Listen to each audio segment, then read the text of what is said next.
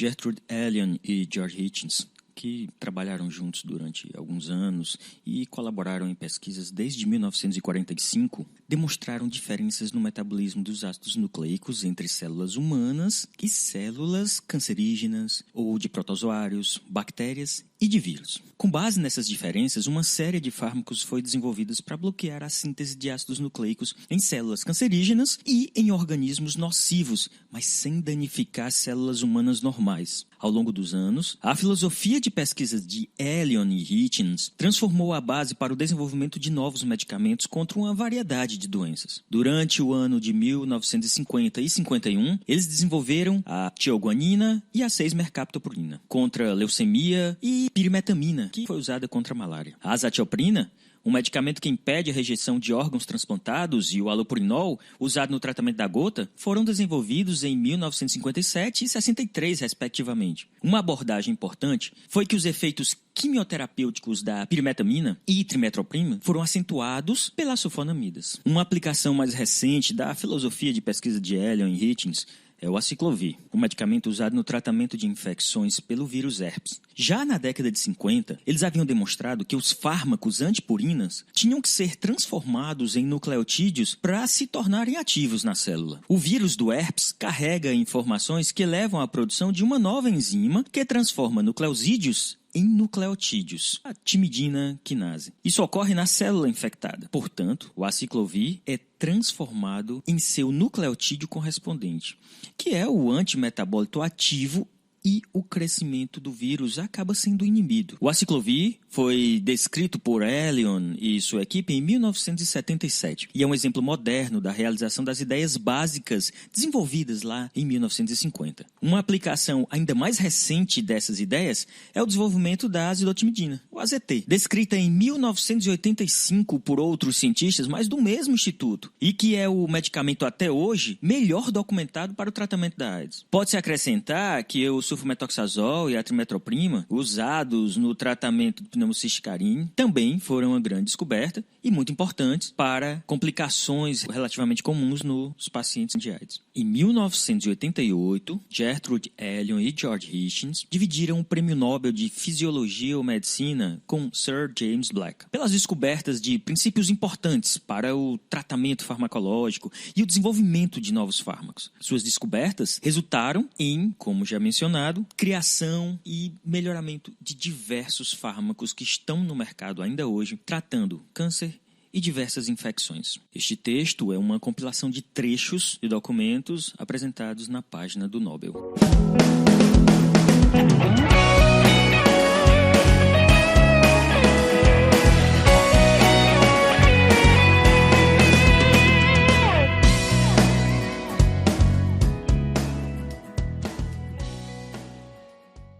Olá pessoal, estamos aqui em mais um episódio do PharmaCast e eu sou o Pablo Farias, Ana Luísa Martã, Alice Araruna, Pablo Pita. Olha aí, a gente tem um convidado especial hoje, Dr. Pablo Pita, que é médico infectologista, veio ajudar a gente com sua experiência nesse episódio, que eu acho que vai enriquecer muito aqui nas informações que a gente vai trazer para vocês. E esse é o PharmaCast.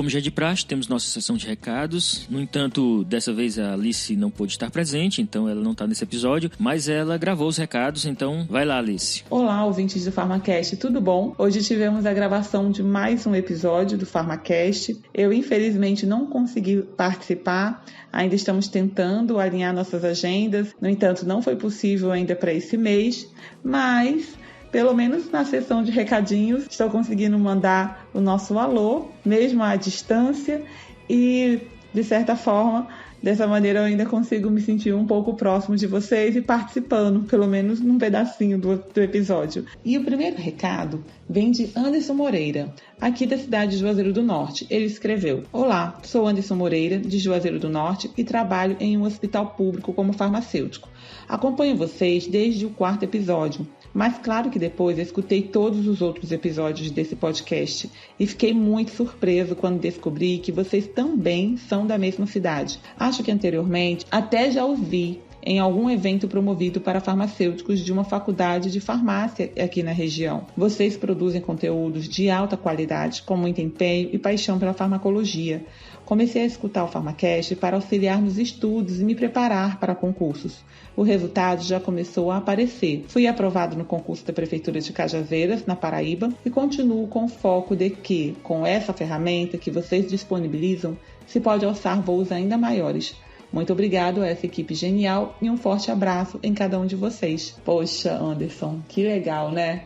Então, receber um depoimento como esse é muito gratificante.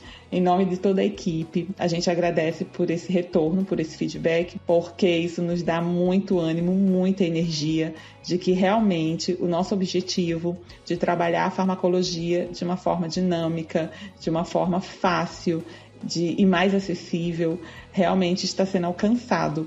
Muitas pessoas entram em contato dizendo que melhorou bastante a forma como compreende e entende agora a farmacologia, que ajuda em provas de residência, ajuda em provas de monitoria. Outros também, até mesmo nas aulas de farmacologia, acabam associando com esse estudo híbrido, utilizando do aplicativo de podcast, de um agregador com o PharmaCast para auxiliar nos estudos. Então a gente está conseguindo atingir aquilo que a gente tanto desejava, que era realmente disseminar a farmacologia de uma forma bem especial, bem característica, bem no formato PharmaCast, né? Então, muito obrigada por esse retorno, tá? O Ulisses Clemente também mandou o alô dele, pediu que a gente mandasse um abraço para os alunos do 6º semestre da UNAMA. É uma faculdade que fica no Pará, na cidade de Ananindeua. Então, um abraço para todos os alunos do 6º semestre da UNAMA, e a gente agradece esse acompanhamento de vocês, e podem disseminar aí em toda a UNAMA, né, em todo o Pará, o PharmaCast. É um prazer enorme fazer parte do dia a dia de vocês aí na faculdade. Júnior Lucena, de Juazeiro, pediu para mandar um alô. Então, um alô para Júnior, que é o Francisco Jesuíta, né? Ele disse que sou fã, poxa, ele escreveu, né? Sou fã, poxa, vocês são demais, desejo sucesso. Então, muito obrigada. Vocês também são ouvintes e seguidores demais, de legais conosco. Então, um abraço para vocês também. Érica Galvão, de Jardim, Ceará, disse que está estudando para o processo de monitoria da faculdade na qual ela estuda, pelo nosso podcast. Pediu para a gente mandar mais episódios. A gente tá indo, né, Érica? Obrigada pelo carinho, viu? A professora Helenice disse: adoro vocês. Professora Helenice, quem tiver dúvidas sobre hematologia e bioquímica clínica, pode ir lá no perfil de @professora_Helenice e pergunte a ela, que ela está aí disponível para tirar dúvidas nessa área de análise clínica. Um beijo, professora Helenice. Obrigada por nos acompanhar. A Ana Flávia Queiroz, da USCS, ela faz pós-graduação em farmacologia clínica. Então, ela disse que era só para agradecer mesmo pelo trabalho da gente. Fernanda Ivelize, show de ansiosa, show, que ela disse, né? Já está ansiosa pelo novo cast. Lana Deli, também, de Pernambuco, disse que a gente arrasa sempre. Natália Vasconcelos, de Palma, Tocantins, disse que ama o PharmaCast, que acompanha desde o início e que é estudante de farmácia. Continue conosco, Natália. Seja sempre muito bem-vinda e entre em contato sempre que quiser. Emerson, conhecido Emerson, disse: quero mandar um abraço para todos, a PAN, e dizer que já estava com saudade dos episódios. A PAN, eu fiquei muito curiosa para saber o que era, porque primeiro ele me colocou a PAN lá naquela perguntinha que eu coloquei, lembram? No Instagram. Falei, mandem seus recados. Aí depois ele colocou no direct que a PAN era Ana, Pablo, Alice e Natália. Então, é a sigla dos nossos nomes. Achei super criativo. Viu, gente? Nós somos agora os APAN e precisam de todos. Da Ana, do Pablo, da Alice e da Natália, para que a sigla saia tão linda, com esse som nasal tão lindo do APAN. Então precisamos de todos e a equipe reunida. Vamos tentar, né, pessoal? Reunir nós 4, os APAN. Obrigada pelo apelido, Emerson. A Gledilson Vieira disse que já estava com saudades dessa equipe show, então estamos voltando. A Gledilson, beijo. Raimundo Donato disse que a abertura deste podcast é apaixonante, que ele ouve várias e várias vezes. Não escute só a abertura, tá? Escuta todo o restante também, viu? Mas obrigada aí por reconhecer nossa abertura e por gostar. Que bom que te agrada. Vou interromper aqui a Alice um pouquinho, porque nós temos outras fontes de recados que às vezes a gente não divulga aqui no nosso espaço. Por exemplo, o Robson Juan, estagiário do Laboratório Didático de Hematologia e Imunologia Clínica lá na UFSC, deu um monte de sugestões para a gente aqui, de vários episódios, alguns voltados à discussão do currículo generalista, ou comparado com a formação anterior, antes da reforma curricular dos anos 2000. Então, e ele pede para a gente discutir isso em algum momento. Juan, é assim, isso é uma discussão que não é de hoje não, vem ocorrendo aí em todo o Brasil, vários momentos em que se reúnem educadores. Com frequência alguém discute sobre isso. O que é melhor? Ficou melhor? Não ficou melhor? Isso eu não vou me comprometer, não vou discutir isso agora. Mas talvez caiba um dia com alguns convidados para pensarmos nesse tema. Algo diferente, fora do contexto aqui do PharmaCast convencional, talvez um episódio extra, já que a proposta do episódio é discutir farmacologia e farmacoterapia. E assim, contemplando profissionais de qualquer área da saúde. Mas eu acho que talvez caiba um episódio extra para falar sobre esse assunto. Então, guarda isso daí que provavelmente a gente trabalhe com isso daí em algum momento, tá bem? Outro recado interessante foi o do Wesley Souza. Ele é estudante de farmácia, ele não diz qual é a universidade que ele estuda, mas eu achei interessante porque ele levantou aqui a proposta de nós monetizarmos o PharmaCast e abrirmos no Apoia-se, PicPay, sei lá, qualquer um desses sites de financiamento coletivo. Olha, eu vou dizer que pelo trabalho que a gente anda tendo com o PharmaCast e tá dentro do dia a dia da gente, que é uma loucura, nós trabalhamos cerca de 60 horas por semana, então é muito difícil e com frequência temos atividades aos sábados e às vezes até aos domingos também. Então tá bastante difícil. Por isso que no mês passado acabamos falhando aí na disponibilização do episódio. A gente aproveita esse espaço para pedir desculpa por isso, né? Mas é que anda muito difícil e talvez a monetização ajudasse a gente. Mas não é a proposta inicial. Talvez isso para o futuro, mas por enquanto a gente vai tocando. Mas o que ele fala não é nem monetizar o PharmaCast em si, mas disponibilizar conteúdos especiais em grupos fechados, grupos de assinantes. Isso daí a gente precisa de tempo, e tempo é algo que a gente está complicado agora pra gente. Mas um tempo até para organizar, e quem sabe é uma coisa interessante. Muita gente anda disponibilizando esses conteúdos especiais, mais densos, para grupos fechados. Talvez seja uma proposta válida. A gente vai repensar nisso e talvez no futuro, não tão distante, a gente possa disponibilizar uma ferramenta como essas, tá bem? Mas de qualquer forma, muito obrigado só em ter feito tal consideração e achar que o trabalho que nós dedicamos aqui é relevante ao ponto de ser até monetizado por isso. Então, obrigado, Wesley. Um grande abraço. Obrigado pelo reconhecimento. Isso é até mais importante do que a própria sugestão. Um grande abraço e até mais. Vai, Alice, continua. Luciana Vilar, Matheus Marinho, Roberto Romualdo, Kevin Cruz, todos vocês, um forte abraço. Estamos anotando todas essas sugestões. São pessoas que estão pedindo assuntos diversos, pedindo para a gente falar sobre código de ética, pedindo para a gente falar sobre imunologia, também pediram para a gente comentar sobre o currículo e a formação do farmacêutico generalista, também para falar sobre anestésicos locais. Teve também algum outro ouvinte, agora não me recordo no momento, em que canal a gente conversou, foi pelo Instagram, falou para a gente falar sobre medicamentos utilizados para mobilidade gástrica, algo desse tipo. Então, assim, são muitas sugestões, a gente está catalogando todas, tá? E à medida do possível, estamos atendendo sim. Então, continue entrando em contato sempre conosco. Um abraço enorme. Curtam bastante esse episódio. Hoje vamos ter um convidado bem especial, que é o Dr. Paulo Pita. E o PharmaCast está aí para vocês. Divirtam-se, curtam. Até a próxima e um grande beijo. Tchau, tchau.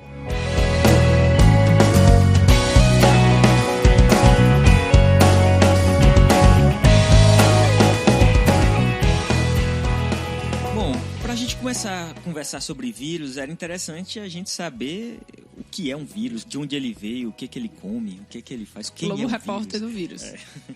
Bom, um vírus é uma estrutura submicroscópica que dificultou muito tempo a identificação dele. Sabia que existia alguma coisa lá, mas a gente não conseguia identificar. Já tínhamos identificado as bactérias, porque pelo microscópio a gente conseguia ver, a bactéria tem 10 a 15 vezes o tamanho de um vírus. Então era uma estrutura que era impossível se identificar visualmente. Então só nos anos 30, quando foi descoberto o microscópio eletrônico, criado o microscópio eletrônico, na verdade, ninguém achou ele no chão, né? Não foi descoberto.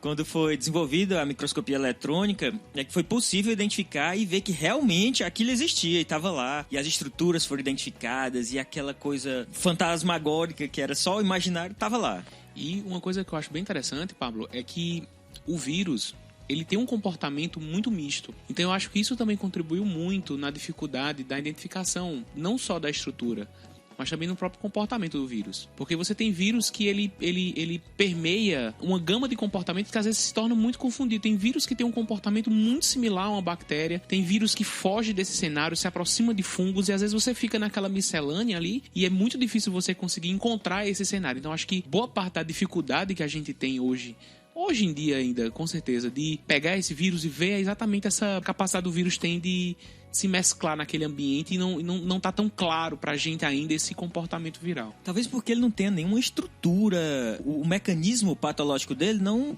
é relativo à estrutura dele. Em termos práticos, biologicamente, né, para as ciências médicas, ele é um RNA ou um DNA que infecta alguém. Toda a outra estrutura dele é só uma cápsula de transporte, que vai levar de um canto para outro, botar ele numa estrutura estável ou permitir a entrada no hospedeiro. Mas pronto, o resto da estrutura dele não tem um papel infeccioso. Ele é um RNA, um DNA. Por isso que é difícil, e RNA e DNA tá em toda a estrutura viva. E essa é uma das diferenças que a gente tem em relação a outros micro-organismos, como fungo e bactéria. Ele ou tem DNA ou tem RNA.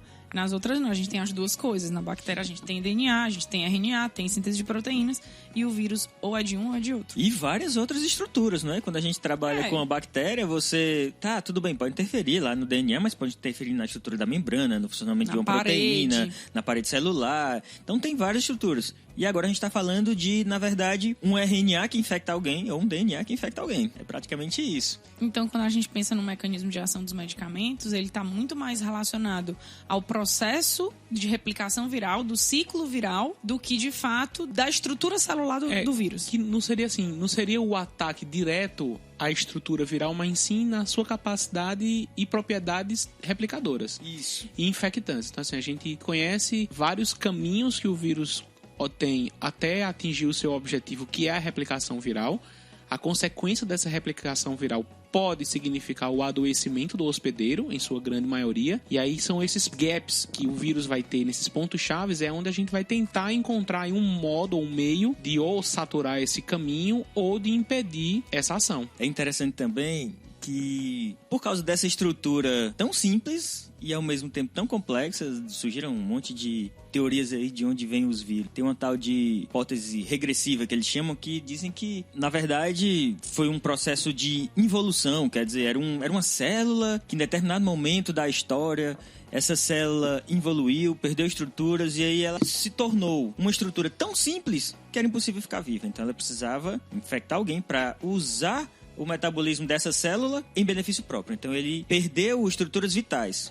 Então ele começou a infectar outras células e usava a estrutura dessas células para se manter viva. E essa é a primeira teoria, que é a teoria regressiva. É interessante que a ciência hoje, na virologia, discute se o vírus é um ser vivo mesmo. Então tem uma parte que diz que não é ser vivo e outra diz que é. Não, é só uma organização molecular que ele consegue penetrar por atrações químicas e lá dentro ele realiza um efeito. Outros dizem, não, se ele tem ciclo de vida, ele é vivo. Então, mesmo que esse ciclo de vida dependa do hospedeiro. Mesmo que dependa do hospedeiro. Porque aí a gente está falando de uma estrutura molecular que o único objetivo dele é replicação.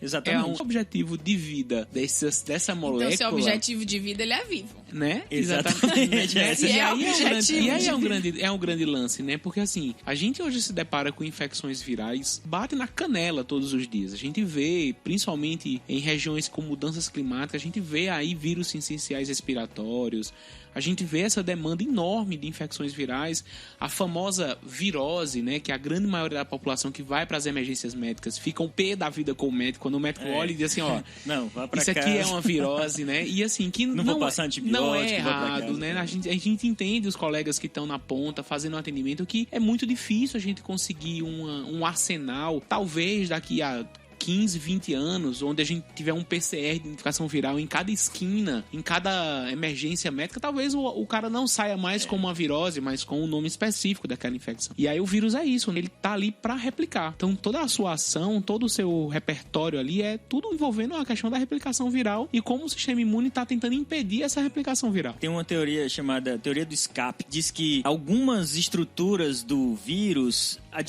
subestruturas do vírus adquiriram fragmentos de DNA, de material genético. E aí saíram na célula precursora. E aí essas estruturas, com esse fragmento de DNA, conseguiu realizar essas várias funções e isso se tornou um vírus. A outra teoria é que células e vírus não tem nada a ver uma coisa com a outra, as duas surgiram diferentes e cada faz parte de uma evolução qualquer. Então, correram juntos em paralelo com outras espécies. Então, essas são as 3 teorias que explicam o surgimento dos vírus. Qual é a verdadeira? A gente nunca vai saber. Na prática, eu acho que nunca vai saber. Se um dia a gente puder saber, a gente grava um podcast com o vírus pronto, e a gente vai descobrir. Você que tá ouvindo esse episódio no ano 2114, talvez você já saiba essa resposta. Então, hoje, em 2019, a gente ainda não sabe como é. Comenta aí só se a gente acertou alguma coisa. Né?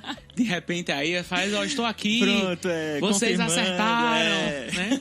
Talvez, né? Quem sabe, né? Bom, mas é interessante a gente conversar um pouquinho sobre as estruturas básicas do vírus. Como a gente sempre fala, em todos esses episódios de anti-infecciosos, o foco do programa é o medicamento. Mas é impossível você falar de medicamentos que interferem em alguma parte do ciclo da vida desse micro-organismo e não falar da parte do ciclo do micro-organismo. Então a gente tem que falar um pouquinho sobre isso. Então, o vírus é uma estrutura, como a gente falou, simples. Se a gente for de dentro para fora de um vírus, vamos começar lá do meinho dele. A gente vai encontrar o material genético, que pode ser RNA ou DNA. A gente tem um que tem os dois, um vírus que tem os dois, que é o mimivírus.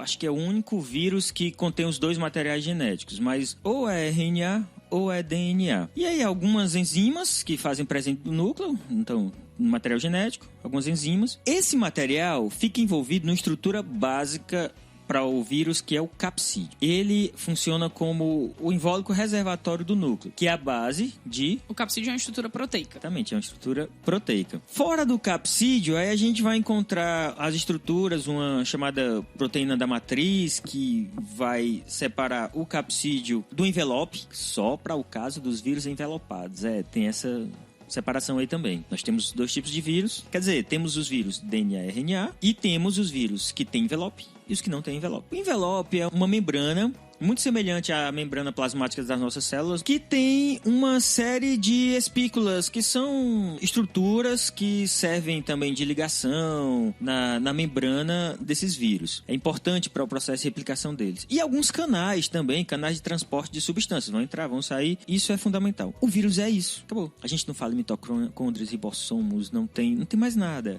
É simplesmente isso. Ele é um saco de RNA ou de DNA. Tudo bem, então ele tem essa estrutura. Então a ideia do vírus é a replicação. Como é que acontece esse processo de replicação? O ciclo viral contém basicamente 7 etapas. A primeira etapa é o processo de reconhecimento do vírus pela célula que ele precisa entrar para poder se reproduzir, para poder sair e infectar novas células. Porque ele tem que entrar, porque ele não consegue fazer nada sozinho. Ele Exatamente. tem que usar a estrutura da célula. Então ele tem uma replicação totalmente intracelular. Então, assim, que boa parte dessa replicação viral, ela vai utilizar de proteínas intracelulares para poder reconhecer, duplicar, produzir novas estruturas proteicas e, a partir daí, ele conseguir montar novamente a estrutura viral e conseguir sair. Essa primeira etapa é chamada adsorção, que é esse processo de reconhecimento do vírus pela membrana celular nossa, né, no caso. Então existem receptores na nossa membrana que esses vírus conseguem reconhecer. Após esse reconhecimento e essa ligação com esses receptores, há o processo de penetração do vírus na célula. Então, vai ocorrer por diversos processos, normalmente é por fusão. Isso a gente tem tanto para os vírus envelopados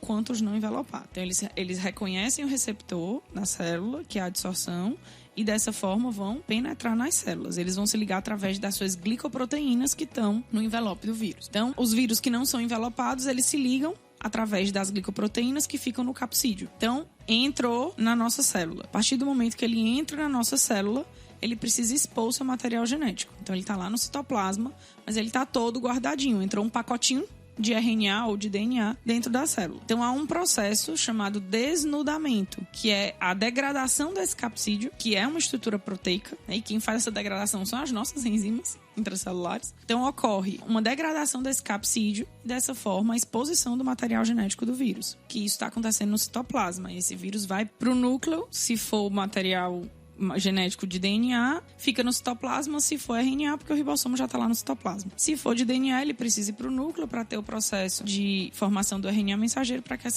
ele volte para o citoplasma para ser codificado pelo ribossomo, lido lá pelo ribossomo. A partir do momento em que há esse desnudamento e que há a exposição desse material genético, há duas necessidades. O vírus precisa produzir novas proteínas, para que essas proteínas se organizem novamente para fazer o pacotinho dele de novo, e também precisa replicar o seu material genético, seja ele de DNA, seja ele de RNA. Então ele precisa criar outras fitas que vão dar origem a mais vírus. Essa é a ideia de replicação. Depois que acontece esse processo, há o processo de montagem. Esse processo de montagem é a reorganização desse material genético dentro do capsídeo para ele poder sair dessa célula e começar a infectar outras células. Então, essas proteínas que foram formadas, que muitas vezes não são só proteínas estruturais, mas muitas delas são estruturais, elas vão se reorganizar em volta do material genético, seja ele DNA ou RNA, e aquele vírus está de novo prontinho, e aí ele tem um nome chamado de vírion, que é o vírus completo, e ele precisa sair da célula para poder infectar outras células. E aí existem proteínas de superfície desse novo vírion que se ligam com a nossa membrana. E aí vai havendo um processo de fusão. Normalmente essas proteínas são as hemaglutininas e, no caso, por exemplo, do vírus influenza, então a hemaglutinina se liga à membrana e existem enzimas que vão clivar essas ligações já na saída desse vírus da célula para ele poder se libertar dessa membrana e infectar outras células. Vai saindo da célula e, vamos dizer, um vírus envelopado, ele vai levando um pedaço da membrana da célula que ele infectou. No final das contas, ele fica preso. Aí existe um grupo de enzimas chamada neuraminidase que clivam essa ligação para que esse vírus possa se soltar. É daí onde vem a nomenclatura do vírus H1N1, H2N3, é o tipo de hemaglutinina que ele tem e o tipo de neuraminidase que ele tem. Então, por exemplo, o H1N1 é hemaglutinina 1, neuraminidase 1. É muito interessante quando a gente ouve falar desse processo de replicação viral, exatamente porque eu, como infecto, minha visão clínica do dia a dia é sempre pensar que o nosso sistema imune, que ele não é burro, ele é um sistema imune inteligente e tá ativo. Então, às vezes eu fico impressionado porque, assim, durante todo esse processo de reconhecimento, desnudamento, entrada no núcleo, o citoplasma, produção de proteínas, a gente consegue imaginar a célula realizando inúmeros mecanismos para destruir esse vírus. Porque ele é uma estrutura estranha ali dentro da célula. Estranha. Né? Ele é uma estrutura estranha. Além desse processo metabólico que o vírus exerce, ainda deve existir, que a gente não consegue encontrar na literatura, o pulo do gato desse vírus, que faz com que a ação dos fagossomos se inativem. Que consiga burlar esse sistema. Exatamente. E ao mesmo tempo, ele ativa o sistema imunológico, mas não consegue destruir ele. Exatamente. É muito ativo. O processo inflamatório, tem vírus que não, tem vírus que é muito silencioso. A gente tem um painel de vírus que a gente só vai descobrir a infecção dele mais pra frente, são os vírus assintomáticos. Às vezes ele está ali apenas para uma passagem. Mas esse mecanismo não é rápido. É rápido para a vida do vírus, mas você pensa, existem vários espaços nesse processo onde o vírus ele consegue, de alguma forma, por exemplo, um vírus DNA que entra no núcleo, ele precisa se integrar ao DNA da célula. Então ele precisa quebrar um DNA. Quando ele se integra, ele se torna um DNA diferente do habitual, ou seja, é um DNA estranho, é um corpo estranho, e mesmo assim ele não consegue sobreviver aos mecanismos de defesa ali internos e ainda consegue fazer sua replicação. Então, assim, realmente a gente volta para aquela discussão inicial, né, de o que é o vírus inicialmente. É muito difícil a gente pensar no vírus como uma estrutura simplesmente metabólica com tanto arsenal de replicação e de sobrevida, né? É isso mesmo. E aí, capacidade de burlar tantas coisas, porque ele entra, é óbvio que ele sensibiliza o sistema imunológico, ele sensibiliza mesmo, os pacientes têm muitos defeitos aí. E a gente consegue ver isso nos exames. Vê a isso gente nos vê exames. paciente com linfócito alto, Claro. a gente vê sistema imunológico aumentado. E a produção de anticorpo que a Mas gente tudo vê. isso vai acontecendo e pro vírus ele não tá nem aí. Vão se manifestando, o corpo vai se manifestando, eu vou entrar e sair, não quero nem saber. E o sistema imunológico lá tentando fazer alguma coisa e tudo. Mas existe um combate imunológico também ao vírus, mas de uma forma geral, alguns vírus até mais do que outros conseguem sobreviver a esse ataque imunológico. Eu tô falando do sistema imunológico, claro que ele não vai ficar totalmente à parte. Ele participa, vai ter a participação de macrófagos, neutrófilos e várias outras estruturas. Afinal, como a gente tava discutindo, é ele quem faz a limpeza final. Com certeza. Se a gente parar pra pensar, os antivirais eles vão impedir essa replicação viral em alguns momentos, naqueles pontos chaves, mas o vírus tá lá. Ele não necessariamente ele é um antiviral que destrói o vírus. Então o sistema imune, por mais ineficaz que ele pareça ser, ele ainda é responsável por fazer a limpeza final da casa ali. Tem o papel dos linfócitos, importantíssimo quando a gente fala em HIV. Aí tem as células apresentadoras de antígeno. Bom, tem um mecanismo aí complexo, que é como a gente falou, não é exatamente o foco da gente. Se for falar sobre isso, a imunologia do vírus dá um episódio só sobre isso. Então a gente não tem tempo para falar sobre a imunologia do processo de infecção viral. Então, mas é algo extremamente importante. Mas é importante. Mas a gente tem uma participação muito mais importante num próximo episódio, quando a gente for falar de HIV. A gente não falou no início, mas HIV a gente não tem como contemplar integralmente nesse episódio. Os antirretrovirais, né? Os antirretrovirais, na verdade, Então a gente vai deixar um episódio mais à frente. Eu vou logo dizendo que vai ser fora dessa sequência de antimicrobianos que a gente vem conversando, encerra hoje com os antivirais. Então vai ser um episódio à parte, mais à frente, deslocado aqui dessa sequência. Mas vamos falar sobre eles, tá? Em outro momento. Cais lotados, a maior preocupação das pessoas, o vírus H1N1. Não sei direito o que ela tem e outra que a gente já vem se prevenindo, né? Porque as coisas do jeito que anda a gente tem que se prevenir, né? Os efeitos dos medicamentos que nós vamos conversar hoje tem muito mais correlação com a estrutura do vírus e o processo de replicação dele. Esse processo delicado de se ligar, se desmontar, depois entrar no DNA, interagir com o DNA, o RNA, depois produzir proteínas, remontar e sair da célula, são nessas etapas, em partes dessas etapas, que os fármacos vão interferir. Existem medicamentos que impedem a entrada, o reconhecimento com o receptor, existem medicamentos que impedem a entrada, que é a penetração, existem medicamentos que afetam a transcrição de proteínas, a replicação do DNA, se for, no caso, um vírus de DNA. Então, e até a saída. Quando a gente pensa nos vírus influenza, o medicamento que a gente tem para tratar a influenza impede a saída do vírus da célula. Então, fica uma célula cheia de vírus na superfície, mas ele não consegue sair para poder infectar outras células. É nesse processo do ciclo viral onde a gente tem os principais alvos farmacológicos dos antivirais. Quais são as principais doenças causadas por vírus que a gente tem hoje? No nosso cenário, habitualmente hoje, a gente tem assim uma gama praticamente infinita, possíveis vírus causadores de infecções em humanos. A gente pode navegar por vírus sincicial respiratório, que é muito comum no nosso meio. Né? A gente tem casos, e é bem complexo. Exatamente. A gente tem a família Herpes viridae, que é uma família que contém aí pelo menos 8 tipos virais que são passíveis de infectar humanos. A gente tá falando aí do herpes tipo 1 e 2, varicela zoster, Epstein-Barr, citomegalovírus, os vírus da roséola herpética, né? Roséola que podem causar roséola, incluindo até o sarcoma de Kaposi, por exemplo, que faz parte da família Herpes viridae. A gente também tem... Mononucleose entra? É Epstein-Barr.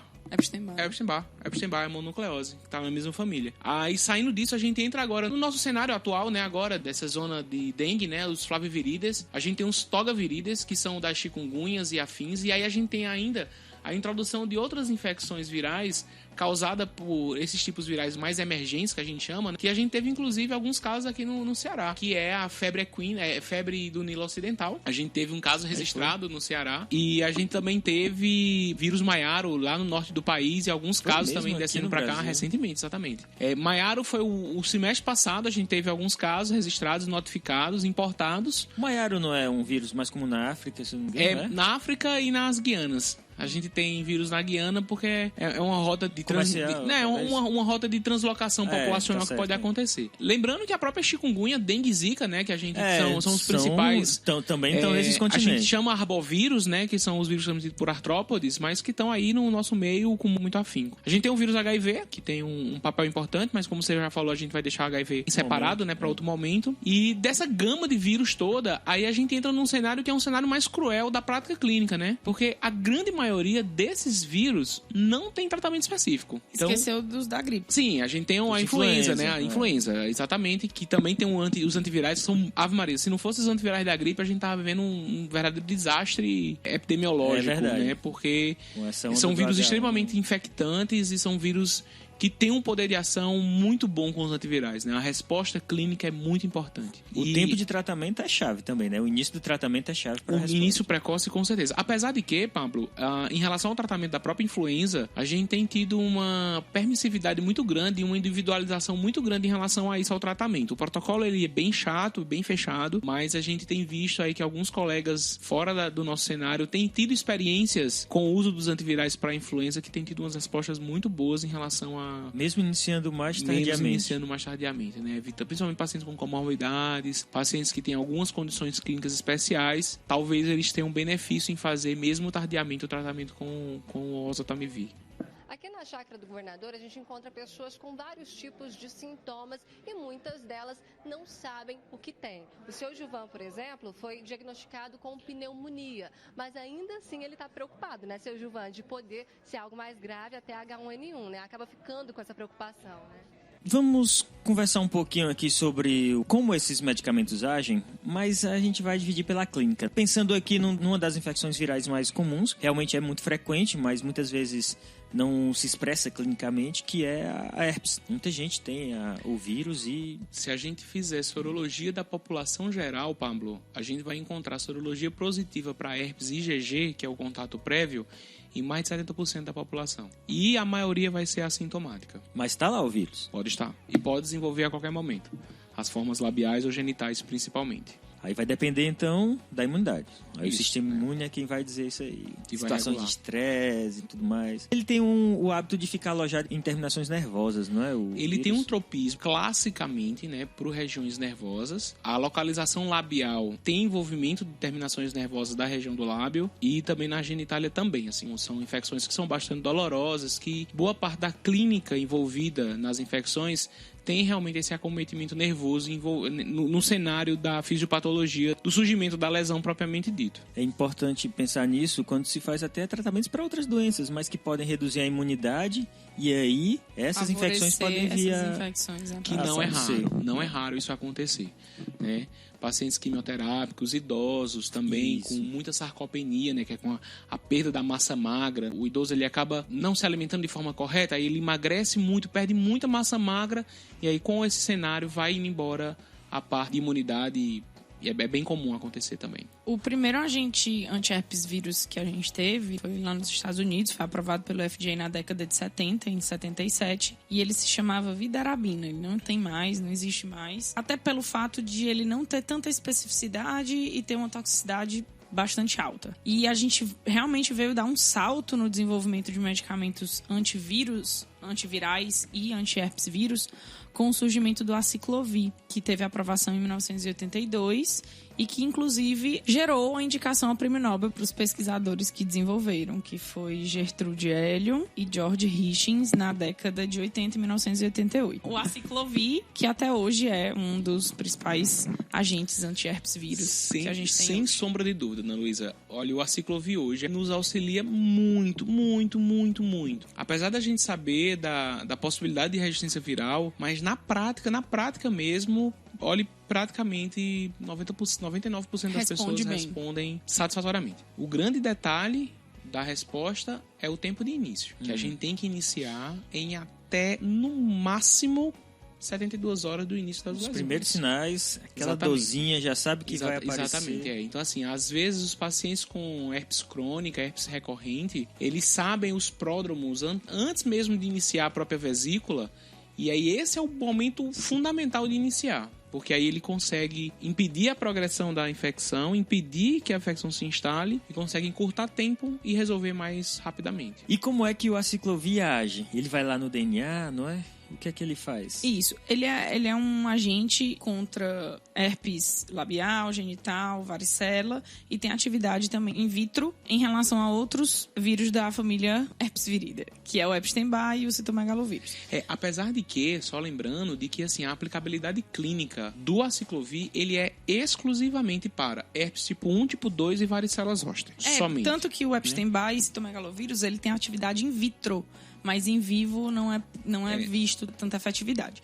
E como é que eles funcionam? Vamos lá. O aciclovir, ele é considerado um profármaco, então, como a gente já discutiu isso em outros episódios, ele não tem atividade biológica na forma de aciclovir, e ele consegue entrar na célula infectada, então ele só vai ter ativação dentro da célula infectada, porque ele precisa ser ativado por uma enzima do vírus da herpes, que é uma enzima chamada... Lembra lá no começo que Pablo disse que tinha umas enzimas lá no vírus?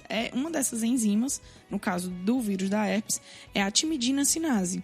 Então, há um processo de ativação do aciclovir através dessa enzima que está presente no vírus da herpes. Então, essa enzima vai dar um fosfato para o aciclovir. Então, ele fica na forma de monofosfato de aciclovir. E enzimas do hospedeiro nossa, né, no caso das nossas células infectadas, vão adicionando mais fosfatos e ele se torna difosfato de aciclovir até chegar à sua forma ativa, que é o trifosfato de aciclovir. Então, esse trifosfato de aciclovir ele só vai se acumular em células infectadas, porque esse processo inicial depende dessa timidina sinase, que está exclusivamente numa célula que tenha o vírus da herpes infectando. Então, essa molécula do trifosfato de aciclovir, ela vai entrar ali meio como se fosse um substrato da DNA polimerase viral. Lembrando que o vírus da herpes é um vírus de DNA. Então, para o processo de replicação dele, vai necessitar da DNA polimerase. A nossa DNA polimerase para replicar o material genético do vírus. E aí ele entra meio que como um falso substrato e você acaba não tendo a incorporação dos nucleotídeos corretos e a formação do DNA. Ele é um nucleosídeo. Na verdade, o aciclovir é um nucleosídeo. Aí, quando ele começa a receber os fosfatos, ele ganha a estrutura de um nucleotídeo. O nucleosídeo é um nucleotídeo sem o fosfato. E aí ele ganha esses fosfatos e aí é confundido. E na hora que vai ocorrer a replicação do DNA, que a dupla fita vai sendo formada, no lugar de se adicionar um nucleotídeo, adiciona-se o aciclovir. Que aí, naquele ponto pra frente, o DNA não consegue mais ser replicado. E aí interfere na duplicação da fita e o vírus em seguida não pode ser formado, porque ele não tem material genético e, na verdade, um vírus é basicamente material genético. E aí, se a gente parar para pensar, Ana Luísa, nesse cenário da farmacologia, quanto mais precoce a gente iniciar o tratamento, mais rapidamente a gente impede esse processo e encurta. Por isso que a gente sempre fala na prática clínica que após 72 horas não há evidência de uso, porque já é o período de declínio da produção viral, né? Porque o vírus já está entrando em fase de latência naquele momento e você não vai conseguir mais encurtar doença. Então, por isso que é importante iniciar o tratamento de forma reconhecer precocemente e iniciar precocemente. Tinha uns estudos interessantes aí, um pouquinho da farmacologia, já você continua. Na UFC teve um trabalho com o tempo com o herpes, usando a folha do cajá, que foi um negócio fantástico. Tem até, eu acho que ou é no Nutec ou é no Padetec lá da UFC, eles produzem um produto que eles vendem para fitoterápico à base de cajá para o tratamento de herpes. Durante um tempo a gente até produziu um creme de cajá, então lá na UFC mesmo. Então era a folha, preparávamos esse creme, foi para estudos iniciais e aí foi produzido na farmácia escola, só que a gente não conseguia estabilizar mesmo, então ele tinha uma validade muito curta, depois de um tempo ele hidrolisava, ficava um pouco ácido também. Parou de ser produzido, mas ele tinha potencial. Eu sei que quando parou de ser desenvolvido, a gente nem sabia que tinha uma repercussão tão grande, mas começou a receber ligação de Brasília, do Rio de Janeiro, um monte de gente que usava esse creme e que queria voltar a usar porque o herpes regredia instantaneamente quando utilizava. Aí só que não deu mais para manter essa pesquisa, mas o que é que passamos a aconselhar lá? Que é mascar a folha do cajá, já com a própria saliva misturada, passava um pouquinho na lesão e ajudava a regredir. Agora, pra dizer como é o mecanismo de ação, como que funciona, aí é outra história, que aí ainda tem bastante trabalho com isso, mas já tem alguns resultados que andam saindo por aí, não é? Tem uns estudos que mostram que a geranina, que é uma substância, um dos ativos encontrados no cajá, na cajazeira, que é responsável por essa atividade anti-herpes vírus, também tem a atividade anti-inflamatória e antinociceptiva, que é reduz dor. Então, reduz tanto a inflamação como as manifestações a dor, clínicas como a ação antivírus e antiviral mesmo. Agora, como faz isso? Não, aí não tem tanto estudo, não. Estudo talvez tenha aí, mas ainda não encontraram muita coisa, né? Mas no uso do aciclovir, tem uma variação de doses muito grande, não é? Às vezes umas doses mais baixas, outras bem mais altas, e o pessoal estranha muito quando vem essas doses mais altas. Exatamente. A gente divide as infecções da herpes em 2 cenários, né? A gente tem as primo-infecções, que é quando você vai ter aquelas manifestações iniciais, principalmente quando a gente tá falando em herpes tipo 1 e tipo 2. A grande maioria são autolimitadas e são de cursos muito rápidos. Mas, se identificado precocemente, dá pra gente fazer o antiviral para encurtar ainda mais esse tempo. E aí a gente faz dose padrões, né? Doses que podem variar aí de miligramas de dosagem. Nas primo-infecções a gente pode fazer doses mais baixas com mais vezes ao dia ou doses um pouco mais altas, menos vezes ao dia, que é uma possibilidade bem real. Já no herpes zoster, que é a manifestação secundária da varicela, por exemplo, a gente normalmente ainda faz uma dose bem mais elevada, que podem chegar até 800 miligramas de 4 em 4 horas, que são doses às vezes que gera até um pouco de receio, às vezes, quando o paciente vai na farmácia para fazer a aquisição da droga. Foi tudo isso? Exatamente. Aí às vezes o paciente retorna para perguntar se era isso mesmo, se não houve um erro de digitação. E acontece. Isso, assim, é uma coisa que é uma utilização chatinha quando a gente pensa posologicamente, péssima, né? Ela tem. Isso acontece porque o aciclovir tem uma vida baixa. Ele tem uma vida curtinha, então é 3-4 horas a meia-vida dele. Então tem que ter uma aplicação durante muitas vezes ao dia. Exatamente. É um tratamento incômodo para o paciente. É incômodo porque as apresentações farmacêuticas do próprio aciclovir são bem limitadas, né? A gente só tem na farmácia de 200 miligramas quando a gente fala em rede SUS. Então, 800 miligramas, 4 comprimidos. 4 em 4 horas, são 20 comprimidos por dia. Durante 5 dias, são 100 comprimidos em um tratamento. Então, assim, a pessoa que não faz uso de nenhum comprimido e passa a fazer 100 comprimidos em 5 dias é muita coisa. Normalmente, Ana Luísa, a gente tem algumas opções terapêuticas que são o valaciclovir, o fanciclovir, que no seu cenário geral vai ter aí uma efetividade também igualmente boa e podem melhorar um pouquinho a posologia. O problema é só o custo, né? A gente tem um valaciclovir que tem um custo bem elevado. Algum paciente meu recentemente falou assim, de que comprar o valaciclovir e comprar as doses de aciclovir sai quase o mesmo preço. Porque você usa menos, né? E usa menos comprimidos. Então, de repente, você tem aí uma posologia. Lembrando também... Em relação à eficácia, é basicamente a mesma coisa, porque o valaciclovir, dentro do organismo, se acaba se transformando em aciclovir. Exatamente. Na verdade, eles são compostos... Né? Eles são compostos que vão dentro do organismo vão se metabolizar em aciclovir, tanto o FAN quanto o valaciclovir. E o mecanismo de ação é o mesmo. Exatamente. É mais uma questão farmacocinética do que lembrando só, né, para os ouvintes, de que manifestações mais complexas do herpes vírus, seja manifestações do sistema nervoso central, por exemplo, como a encefalite herpética, não pode usar comprimido oral, tem que fazer a apresentação venosa. Você consegue uma dosagem bem mais elevada, aí só tem aciclovir venoso. Isso, e ele consegue atingir 50% no líquido cefalorraquidiano. E aí a gente consegue... Tem uma boa penetração. E a gente consegue aí garantir um tratamento mais adequado para o paciente. Pela nefrotoxicidade dele, é necessário o ajuste de dose? É muito às vezes é complicado, Ana Luísa, porque assim, o aciclovir ele é nefrotóxico e há um questionamento muito grande sobre os ajustes de dose renais em alguns cenários infecciosos. Existe uma vertente aí de um grupo de pesquisadores que falam que diante de um processo infeccioso não se deveria ajustar a dose para a função renal por conta do garantir a máxima dose no menor tempo possível. Tem um certo sentido. Eu sou um pouco mais conservador, eu ajusto dose para a função renal, então eu sempre checo clearance de creatinina e faço avaliação em relação à hemodiálise. Se tiver hemodiálise é mais fácil, porque aí o rim já está comprometido. A gente tem uma liberdade maior, ajusta só a questão da biodisponibilidade. Mas em pacientes pré-dialíticos, por exemplo, realmente é mais difícil, porque a gente tem aí uma possibilidade de trazer esse paciente para hemodiálise pela nefrotoxicidade, e aí você fica sempre naquele questionamento bem individualizado para cada paciente. Realmente tem um esqueminha. Eu acho que até a bula da aciclovir, eu acho que já tem até informações sobre o ajuste de dose mesmo assim. E o ganciclovir? Importante, Pablo, porque é o seguinte, no cenário da família herpes viridae, quando a gente fala na herpes viridae, a gente sempre lembra do aciclovir. Então, não é raro a gente, por exemplo, na nossa prática clínica, receber pacientes que já vêm dado um Google, né, sobre os tratamentos. Doutor Google, respeite o doutor Google. Com todo respeito, doutor Google. E aí vem a questão da similaridade e acaba, por exemplo, eu quero um aciclovir para tratar a mononucleose, quero um aciclovir para tratar citomegalovírus, quero aciclovir para tratar a roséola, enfim, uma infinidade de aplicações. E a gente tem que lembrar que o aciclovir ele só está restrito para herpes tipo 1 e tipo 2, que é o labial e genital, e a varicela, principalmente acometimentos ou zoster, ou quando a catapora, no caso a varicela convencional, tem acometimento nervoso central. E aí o aciclovir entra. Venoso, né? No caso, o venoso, no acometimento cerebral. No cenário das outras infecções, a gente realmente não tem tratamento específico, a não ser o citomegalovírus. Que aí a gente vai ter o ganciclovir, que é muito interessante de utilizar-se. Assim, a resposta clínica com o ganciclovir realmente é muito legal. Só que só tem 2 aplicações clínicas distintas. Ou é retinite por CMV, né? Pelo citomegalovírus.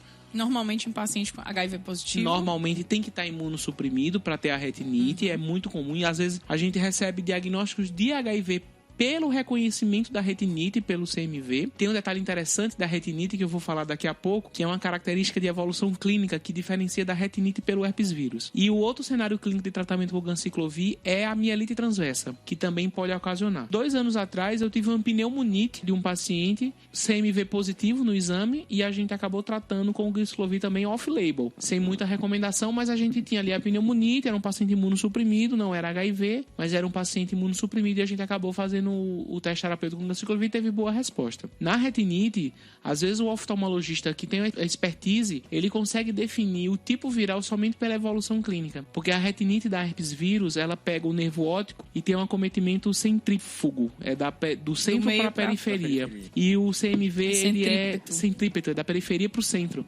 Então, às vezes, quando ele pega num cenário de evolução inicial, ele consegue definir qual é o tipo viral. Saber se o centro está ou se exatamente. não tá. Quando o acometimento já está completo, a gente inicia os 2 tratamentos e faz uma reavaliação com alguns dias e aí ele vê a recuperação. Se for a recuperação do centro para a periferia, é CMV. Se for da periferia para o centro, é do herpes vírus. E é bem legal isso porque a gente tem uma interação entre especialidades com o pessoal da oftalmo que a gente consegue definir bem legal. Em relação ao mecanismo de ação, é o mesmo do aciclovir. Ele vai lá e entra como se fosse um nucleotídeo, né? Formando um DNA que não vai conseguir ser DNA, né? Mais vírus. E ele tem 100 vezes mais afinidade pelo citomegalovírus. Então, por isso que é o tratamento de escolha para citomegalovírus é o ganciclovir, não aciclovir, já que os 2 têm o mesmo mecanismo de ação. É por afinidade viral mesmo. E aí, só lembrando que o ganciclovir é extremamente teratogênico. Não pode ser usado em gestantes com infecção por citomegalovírus, né? Que às vezes a gente pensa, né? Citomegalovírus é uma das causas de microcefalia, né? Que a gente tá dentro daquelas infecções congênitas, tem graves repercussões pro bebê, né? Pode dar crise convulsiva, malformações, mas infelizmente o ganciclovir não pode ser utilizado na gestante, né? Como terapia. E inclusive, quem manipula o ganciclovir tem que manipular sob capela. Ele é manipulado quase como um quimioterápico. Quem manipula não pode nem também estar grávida. Aqueles mesmos protocolos que na farmácia a gente faz quando trabalha com quimioterápicos. A gravidez tem que ser sempre planejada, aí tem que se distanciar da manipulação desses medicamentos por um tempo e tudo mais. E é interessante lembrar porque às vezes a gente pensa assim, o ganciclovir é uma droga muito tranquila. Sim, é outra coisa. Tem uma complicação do uso, que é mielotoxicidade. Mielotoxicidade. Ele faz uma mielossupressão importante, o paciente faz anemia grave, inclusive com necessidade de fazer uso do filgastrina, que é o estimulante medular, para poder recuperar essa mais ou menos quanto tempo de tratamento? Varia de acordo com o acometimento. Em retinite, entre 14 e 21 dias. Mielite também varia mais ou menos isso, entre 2 a 3 semanas. Quem também sofre com a falta de ar e febre é o Reginaldo. Muita febre, dor nos braços, dor no peito, nas costas. E aquela moleza, né? Aquela fraqueza, suando e febre. Aí eu tomei os remédios que a médica passou pra mim e tô voltando de novo, porque tá o mesmo sintoma de novo. Nessas infecções oftalmológicas, né, infecções virais oftálmicas, tem umas novas tecnologias de medicamentos que são usados como implante, não é? O ganciclovir tem por via oral, endovenosa e tem por implante intraocular. É como se fosse uma microcápsula que ela vai tendo uma liberação prolongada. Então você tem uma aplicação e a liberação do medicamento de forma prolongada. Na nossa realidade, né, na nossa vivência, a gente só tem disponível mesmo implante intraocular do ganciclovir, que eu já vi a fazer a aplicação em alguns centros de referência, e o venoso.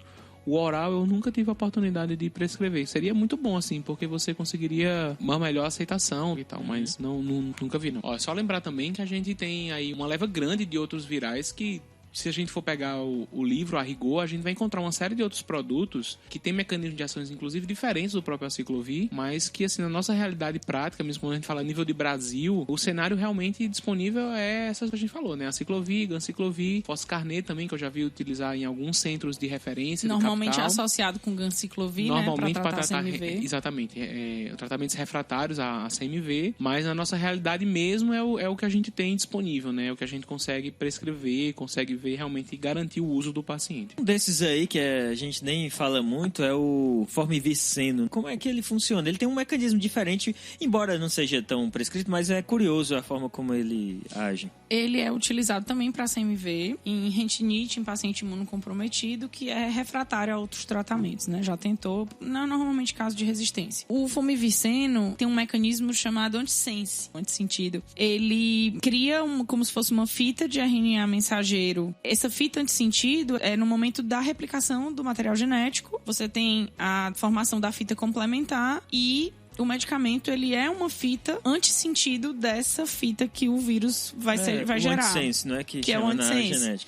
E então, num processo normal, você teria o RNA mensageiro e a formação de proteína. Com essa fita antissentido, o RNA mensageiro acaba não conseguindo ser lido pelo ribossomo e você acaba não tendo formação de proteína e, consequentemente, não tem a replicação do processo viral completo. Mas muita gente que chega aos CAIS da capital está sendo diagnosticada com dengue. Seu Valtomir está com sintomas da doença há quase uma semana. Tudo bem, herpes, é isso aí. Então, outra infecção muito comum, talvez a mais frequente de todas, com a criança e com a pessoa que nunca teve uma infecção por influenza. E aí, como é que se trata a influenza hoje no Brasil? O mais utilizado de todos é o oseltamivir, que é o principal. É o protocolo do SUS. É o protocolo do SUS. Claro que a gente não vai usar para todo resfriado, né? Claro, toda gripe. E antigamente toda gripe. É interessante, né, que eu lembro quando eu estava na farmácia, quando ele foi lançado, ele não era um medicamento com prescrição. Ele era um medicamento de venda livre. E hoje, né, depois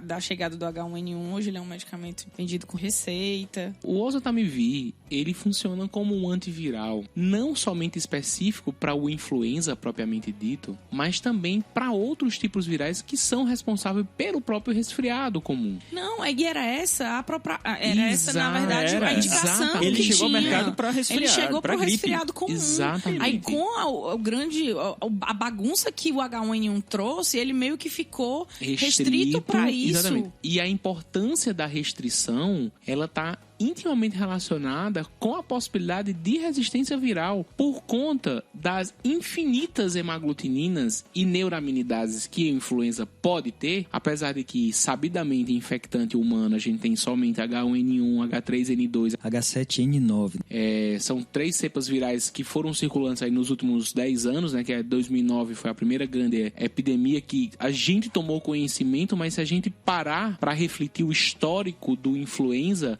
a gente tem grandes epidemias. Tem a gripe espanhola, que era influenza. A gente tem gripe em Hong Kong, que foi uma devastadora. Então, assim, a gente sempre tem grandes epidemias causadas pela influenza, trazendo sempre grandes números de mortes, né? De milhões, da ordem muito importantes. E a gente realmente vê que após 2009, com a introdução do oseltamivir, né? Com a descoberta do uso do oseltamivir para a influenza e o encurtamento da doença e das complicações, graças a Deus a medicação ficou restrita. Mas, assim, quando ela foi lançada era para gripes comuns, não necessariamente nessa situação. Influenza somente e exclusivamente, isso, né? Existem alguns relatos, alguns pacientes que tiveram infecções respiratórias agudas que utilizaram o oseltamivir desenvolveram aumento das transaminases hepáticas, então, e alguns casos de hepatite também ocorreram. Um dos motivos também da resguarda para o uso do oseltamivir para as infecções virais mais simples é esse, além do risco de resistência, né, que talvez seja muito mais frequente e muito mais fácil de ocorrer do que uma lesão hepática. Manter ele ativo para quando se tiver uma infecção por influenza. Já pensou se não tivesse ele agora nessas crises, de H1N1? Nessas epidemias. Então, e o mecanismo do oseltamivir inibe a neuraminidase, que eu acho que eu comentei ela lá no começo, que é a enzima que o próprio vírus produz na tentativa de soltar ele da célula depois que ele já foi desnudado, que ele já teve seu processo de replicação, de produção de proteína, já foi remontado e já está ali saindo da célula que ele se reproduziu para poder infectar outras células. Então, esse processo de clivagem da célula que ele está saindo para poder infectar outras células acaba necessitando da neuraminidase para isso, e ao ser inibida, fica uma célula cheia de vírus na sua superfície, mas pelo menos esse vírus não consegue se espalhar pelo resto do corpo, principalmente no trato respiratório, como é o caso das infecções por influenza. Tem também o Zanamivir, mas mesmo mecanismo de ação do oseltamivir, o protocolo que a gente tem aqui é o oseltamivir, mas é uma outra... Praticamente tem prescrição? Às vezes estão disponíveis bem restritamente para pacientes que têm muita intolerância ao oseltamivir. Eu acredito que a gente que é uma vai segurança ter... Isso, também. Ele tem sua segurança, mas você pode ter... É uma segurança para as resistências dessas fármacos. E eu acho que o uso... E lembrar que o Zanamivir, o uso em crianças menores de 7 anos não pode ser feito. A opção terapêutica que a gente tem para tratar crianças menores, né, em recém-nascidos, é o oseltamivir. E aí o Zanamivir fica realmente restrito somente para aqueles intolerâncias gastrointestinais relacionadas ao uso do oseltamivir. Dor de cabeça, né, bastante dor no corpo, nas juntas também, nos olhos, né, ardendo, ardor forte nos olhos, né, e às vezes mais no final sentindo vômito também. A amantadina é um medicamento que também está no mercado, ele é um antiviral, embora hoje ele praticamente não seja utilizado como antiviral, ele é usado na doença de Parkinson por causa da ação sobre o receptor NMDA e tudo mais, mas é outro episódio. Mas como antiviral, como é que ele funciona? A amantadina afeta 2 etapas. A etapa inicial do processo da replicação, que é a etapa do desnudamento, que é aquele momento que o vírus entra na célula e que precisa...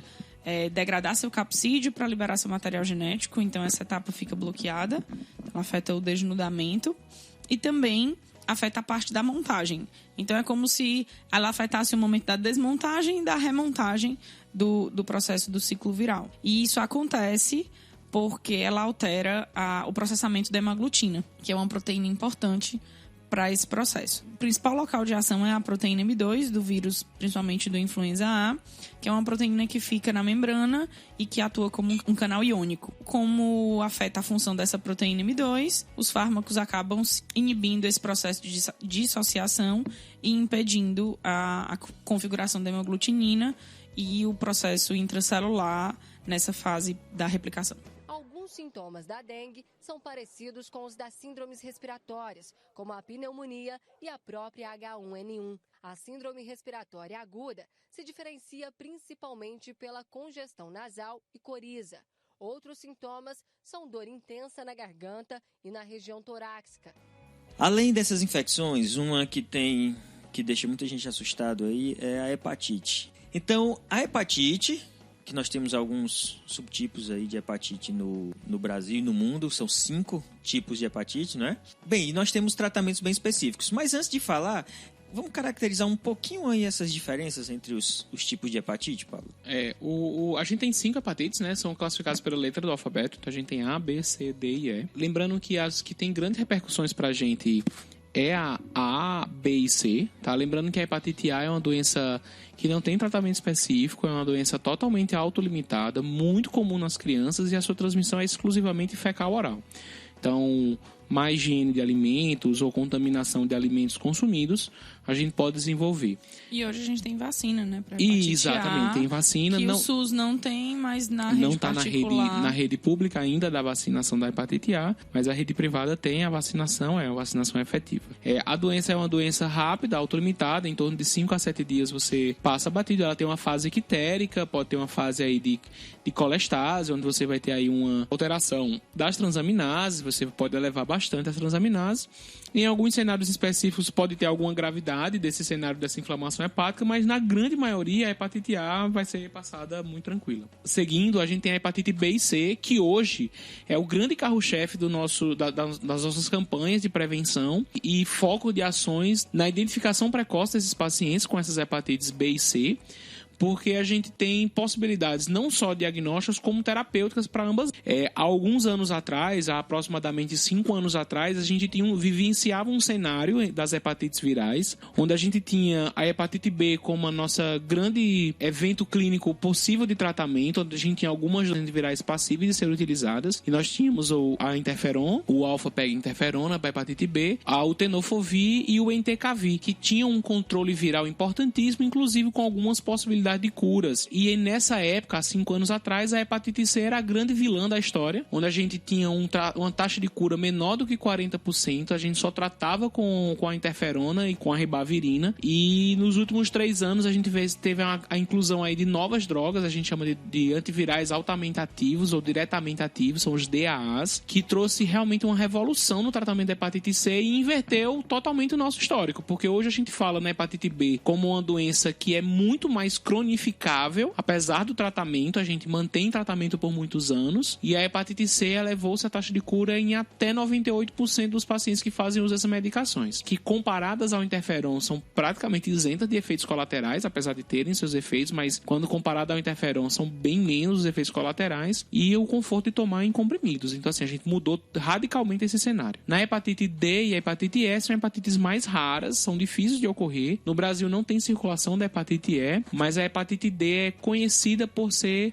normalmente vista em populações indígenas e no norte do país. E lembrar que a hepatite D precisa da hepatite B para ocorrer. Então só pega a hepatite B quem já tem a hepatite D, só pega quem já tem hepatite B. E o tratamento? Vamos começar com a ribavirina. Como é que ela funciona? A ribavirina é um nucleosídeo sintético semelhante, análogo à guanosina, e o efeito antiviral dela é porque dentro da célula do hospedeiro ela é fosforilada, e o mecanismo de ação dela, embora não esteja completamente elucidado, afeta a guanosina trifosfato e inibe o RNA mensageiro viral e impede a polimerase de alguns tipos de vírus de RNA, inclusive o vírus da hepatite. Como análogo de nucleotídeo, a gente também tem o tenofovir, que é bastante utilizado na terapia anti-hepatite, e com a mesma ideia, né? Ser um análogo de nucleotídeo e impedir o processo de replicação do vírus. E esses mecanismos, tanto da ribavirina como do tenofovir, são bem diferentes quando a gente compara ao tratamento dos DAAs, que são as drogas diretamente ativas. Esses DAAs podem até ser usados também pelo pessoal da fonoaudiologia para travar a língua aí, para exercitar aí, porque ledipasvir, sofosbuvir, glecaprevir, velpatasvir. Então, realmente... Eu fico me perguntando de onde vem tamanha, né, criatividade para tais nomes. Mas com certeza tem um motivo. Mas podiam ter simplesado esse motivo aí. Eu acho. E vamos sumir. Eu Talvez. acho que é para o paciente não sair por aí querendo me dá um ledipasvir aí para não ter resistência. Lembrando assim que hoje o nosso cenário real do tratamento da hepatite C, a gente enfrenta realmente algumas dificuldades, porque a gente tem medicamentos que são bem caros, né? A gente estava checando recentemente um tratamento com o ledipasvir, por exemplo, que é combinado com o sofosbuvir, a gente tem aí em torno de $1.100 o comprimido, que é utilizado um comprimido diário durante 12 a 24 semanas. Então a gente tá falando aí em torno de, 90 a 180 dias de tratamento, dependendo do genótipo, dependendo das condições clínicas. Então, tratamentos... dos 200 mil aí. Tratamento dólares, né? Então, tratamentos por pessoa que pode chegar perto de R$1 milhão. Então, realmente, assim... A gente enfrenta uma crise mundial hoje, brasileira, né? Uma crise financeira, de reorganização estrutural, que a gente não pode deixar de falar, e que isso tem impacto real nesse tipo de tratamento, né? São drogas muito boas. Entretanto, a gente já viu declarações oficiais falando o seguinte, que o custo relacionado ao tratamento de cirrose hepática, fibrose hepática e câncer hepático ainda é superior a esse custo. Que quando a gente olha um custo de uma medicação dessa que custa um tratamento completo entre $200 mil, por exemplo, a gente ainda imagina-se um tratamento para tratar câncer, um quimioterápico que pode superar ainda mais, sem contar ainda hospitalar e risco familiar e outra coisa. E uma vida que vai estar podendo ser fatidicamente perdida, podendo ser tratada e curada a 100%. Não esse valor, mas a gente tem uma relação desse custo-benefício aí, como a gente comentou no episódio de antifúngico, da anfotericina. lipossomal. Então é mais barato manter a anfotericina lipossomal do que o paciente ter uma insuficiência renal e manter ele na diálise até o fim da vida dele. Então acaba que vale mais a pena. São os estudos de farmacoeconomia que vão justificar o fato desse fármaco estar no mercado. Exatamente. E lembrando que as drogas que você falou, esses nomes belíssimos aí que eu teimo em não querer falá-los, porque não consigo, eles vão variar de acordo com o genótipo, né? Então, assim, o vírus da hepatite C, ele vai até o genótipo 6, com alguns subtipos do tipo 1, por exemplo, que possa ter A, B e C, mas hoje em dia o tratamento está bem mais simplificado, a gente tem aí 3 grupos, né, divididos, o genótipo 1 é um grupo específico, o genótipo 4 é outro grupo específico e os outros genótipos, né, os 2, o 3, o 5 e o 6, também contemplam um outro subgrupo, onde as drogas já estão pré-estabelecidas pelo Ministério da Saúde, e aí fazendo o diagnóstico corretamente, a gente solicita a carga viral, pede a genotipagem e baseado na genotipagem a gente encaminha o paciente para tratamento. Então, se for genótipo 1, é o Ledipasvir com Sofosbuvir? Seria a droga prioritária escolha, né? Que o tempo de tratamento vai depender da presença ou não de cirrose. Adicionada a ribavirina. Ele coloca a opção da ribavirina como uma opção do médico. Mas na prática mesmo, a gente tem adicionado para praticamente todo mundo. Se for o genótipo 2, 3, 4, 5 e 6, aí a opção é o Velpatasvir com Sofosbuvir, também associado a ribavirina.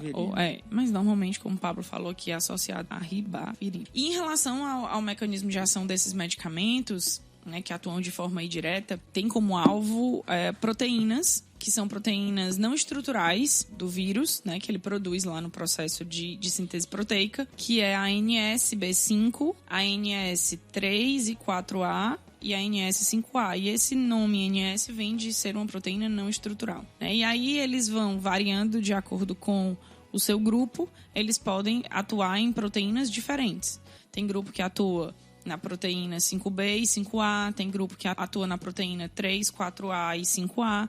Então, eles vão bloquear essas proteínas e essas proteínas têm uma função importante no processo de replicação viral.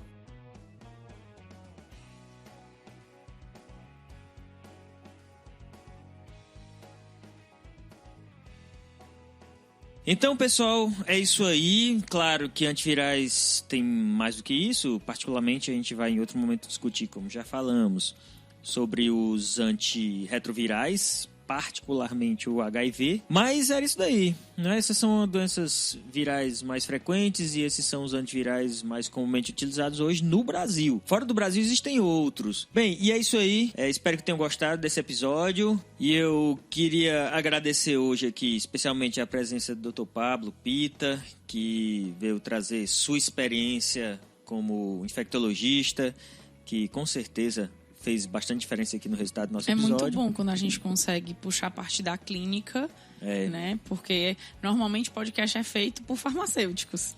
Mas quando a gente traz essa vivência clínica, que às vezes a gente sabe, mas a gente não vivencia tanto, é bastante importante.